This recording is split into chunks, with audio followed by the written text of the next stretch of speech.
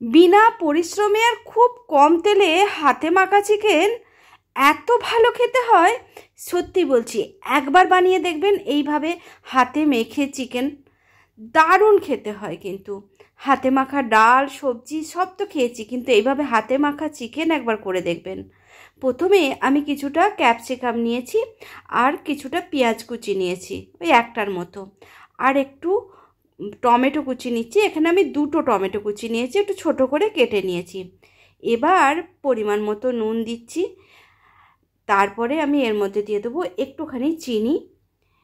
এবার দিয়ে দেবো সব রকম মশলা, যেমন হচ্ছে হলুদ গুঁড়ো, লঙ্কা গুঁড়ো, জিরে গুঁড়ো, ধনে গুঁড়ো, সব কিছুই দিয়ে দেবো। তবে কড়াইয়ের মধ্যেই করব, যেই কড়াইয়ে চিকেনটা রান্না করব সেই কড়াইয়ের মধ্যেই কিন্তু এই সব মশলাগুলো নিয়ে নিচ্ছি। এবার খুব ভালো করে সব কিছুকে মেখে নেব। টমেটোটা যেন একদম মাখা হয়ে যায়, মানে একদম চটকে নেবো সব কিছুকে, পেঁয়াজগুলো সব খুলে যাবে।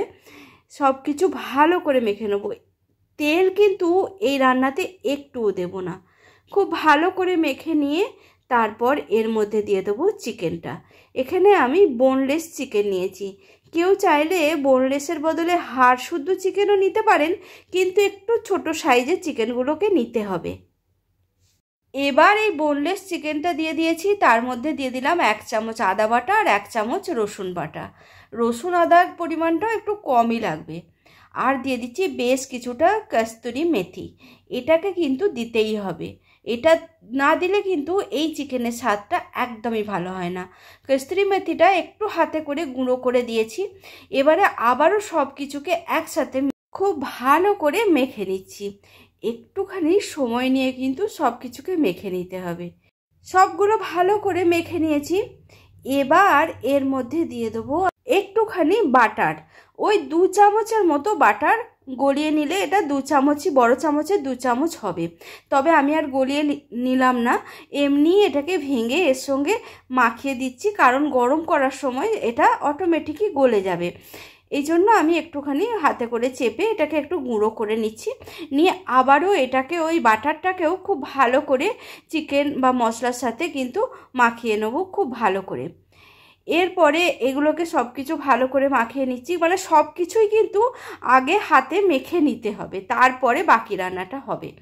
এবার আমি এই কড়াইটাকে নিয়ে যেয়ে গ্যাসের মধ্যে বসিয়ে দিচ্ছি।